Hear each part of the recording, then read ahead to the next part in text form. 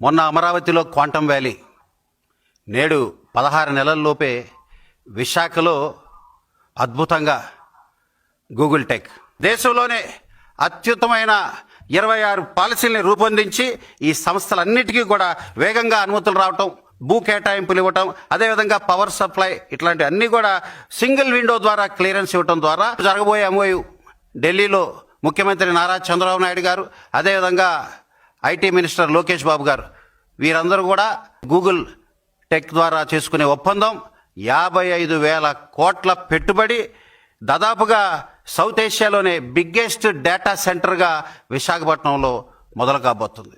ఈ పెట్టుబడులన్నీ ఆకర్షించడానికి ముఖ్యమంత్రి చంద్రబాబు గారు, యువనేత లోకేష్ బాబు గారు కృషి చేస్తున్నారు. యువత యొక్క భవిష్యత్తు కోసం అహర్నిశలు 16 నెలల్లోనే పెను విప్లవంగా గూగుల్ టెక్ రాకతో విశాఖలోనే ఒక టెక్ విప్లవం మొదలైంది. 11 లక్షల కోట్ల పెట్టుబడులను ఆకర్షించగలిగామని తెలియజేస్తూ తద్వారా 9.5 lakhs యువతకి ఉద్యోగ అవకాశాలు కల్పించడానికి దారులు తీశారని కూడా తెలియజేస్తున్నా. గూగుల్ టెక్ రాక విశాఖ టెక్ విప్లవం మొదలైందని కూడా, అమరావతిలో ఏదైతే బ్రహ్మాండంగా అభివృద్ధి కార్యక్రమాలు జరుగుతున్నాయి, పోలవరం పూర్తిగా వస్తుంది, ఇవన్నీ కూడా చూస్తుంటే Andhra Pradesh is in safe hands. సుపరిపాలన తొలి అడుగుగా అద్భుతంగా రాష్ట్ర పాలన జరుగుతుందని కూడా తెలియజేస్తున్నాం. నమస్కారం.